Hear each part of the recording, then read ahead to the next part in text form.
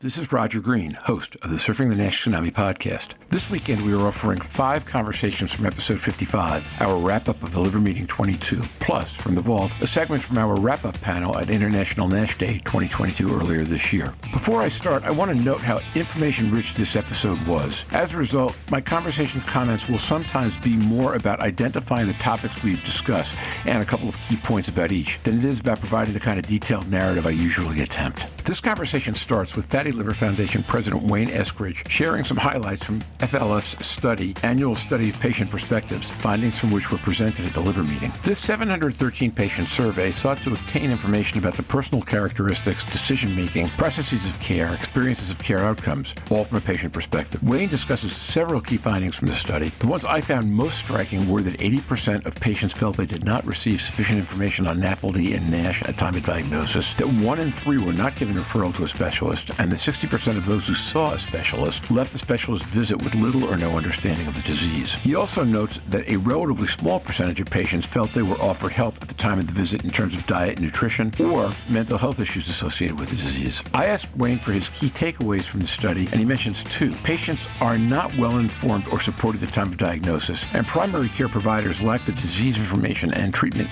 insights to support these patients better. As the conversation winds down, the group is shifting focus to consider how broad this physician target for the issue is and what remedial steps we would take that'll make the most sense. With over 7,000 on-site attendees and tremendous amounts of positive energy, the Liver Meeting 22 produced exciting presentations, debates, and insights on a wide range of topics. As we wrap up our 5th and final episode covering this event, you can hear us exploring some issues we covered earlier from a different perspective and others we had never covered about this conference before this episode. So sit back, listen, enjoy, learn, and when you're done, join the discussion on our LinkedIn discussion groups.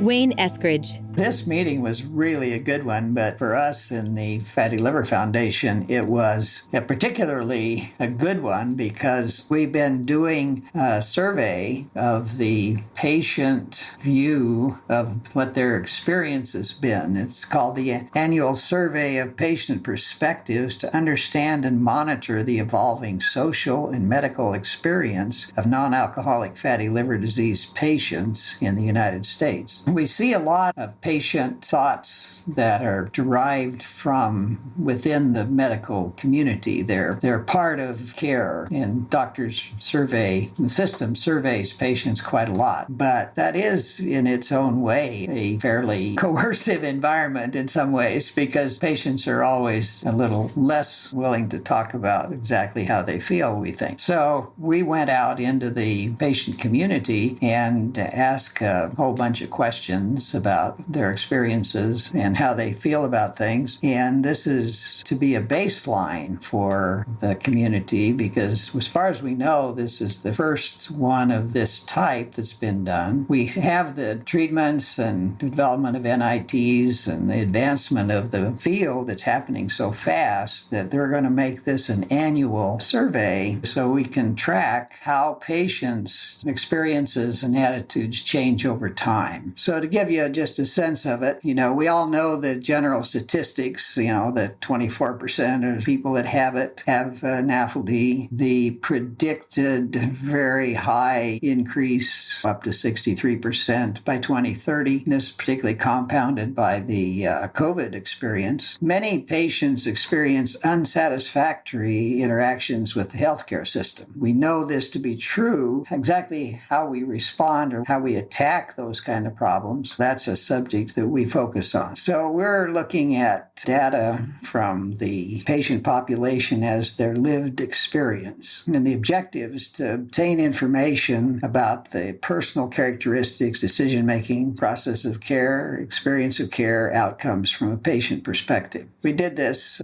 basically similar to other medical advisory models. So we think that it will be relevant to other surveys that have been taken. We got got 713 responses included in the analysis. And these are all patients that report being diagnosed with NAFLD or NASH. Now, the population that we got was fairly typically biased, which we have to work on, but it was 74% female. Women respond better than men. The age distribution was out in the 50s, typically. Significant numbers of them were educated. It was about 70% white. We did get good response from the Latin American community, had 18% from that community, which pretty much mirrors our society, but we're still going to need to find ways to deal with the Asian and the African Americans. But it is a good start. We ask about their journey, and 34% had their diagnosis begin with a visit to their PCP, but 31% was an incidental finding, which is a demonstration of the fact that we discover so many of these by accident and not by intent, which is a concern. The respondents were almost neutral to the statement, I was diagnosed at an early stage of disease. So half the people thought they were diagnosed appropriately or early, and the other half thought it was less so. The symptoms people reported are the typical ones that you'd expect: fatigue, abdominal pain, changes in sleep, changes in mood. But the things that caused us the most, there were revelations, I suppose. The amount of the patients report that 80% of them felt they were given none or not enough information at diagnosis. 1 in 3 did not receive a referral to a specialist at diagnosis. And 1 in 3 felt they did not understand their condition at all after seeing a specialist. Now, those are big red flags for us as a patient community, because the patient we know is uneducated. We know that we believe from other studies that the physician community is not providing much information to patients. But the thing that I was most struck by is the 31% after visiting with a specialist reported that their understanding of their condition was not at all. And 29% reported somewhat. Only 12% reported that they completely understood their situation. And we think that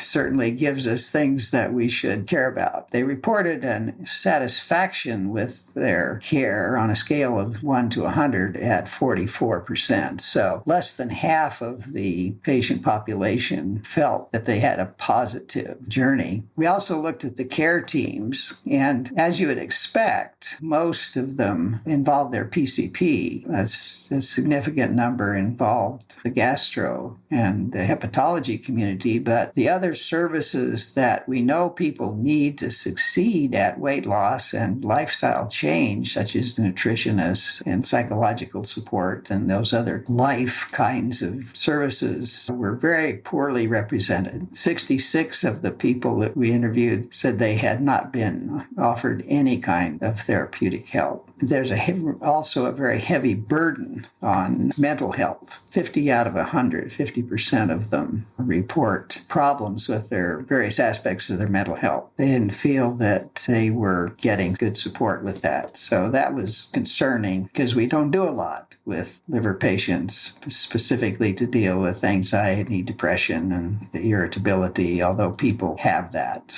at a very high level. And the data reflects that there's a big need for additional support on the care services. So, Wayne, let me step in for a sec and ask, if we were going to pull all this together for the audience that we deal with here, which is basically an audience of treaters and pharma and diagnostic company execs, what message would we want them to take away from the study? Well, I think the biggest problem we have is really the two sides of the education information. Patients need education, but the doctors need to be better educated about liver disease. And I think those two things together lead to a lot of the difficulty we have. Okay, so I'll ask the group a question and then we'll move, because something apropos of Ken and I have an announcement at some point. This has to do with issues around education. Do you think the education issue is in primary care and hepatology or in frontline treatment, not just primary care, but whoever's treating frontline in hepatology, or is the answer just everywhere? Wayne first, then physician responses. I think the problem is across the board, because even the people reporting their visits with specialists, a significant number felt they did not get any information. William Alazawi. Go for it. Well, I'll just say hi first of all. It's really salutary to hear that, Wayne. It's really important. And I think any clinician who listens to feedback like that really not only reflects on their specialty, but also on their own practice. So I'm really grateful to hear those messages. And now, back to Roger. We hope you've enjoyed this recording. If you have any questions or comments about the content of this conversation or the entire episode, please send an email to questions@surfingnash.com. We'll be back next week with Shira Zelbersagi, probably the world's leading researcher on nutrition and NASH, along with Ken Cusi, probably the world's leading endocrinologist on NASH. Shira will be giving us tips about diet and self-management that will behoove all of us to keep in mind, particularly the Americans heading into our annual Thanksgiving food orgy. It's a great episode. You won't want to miss it. Until then, stay safe, surf on, and we'll see you on the podcast. Bye-bye now.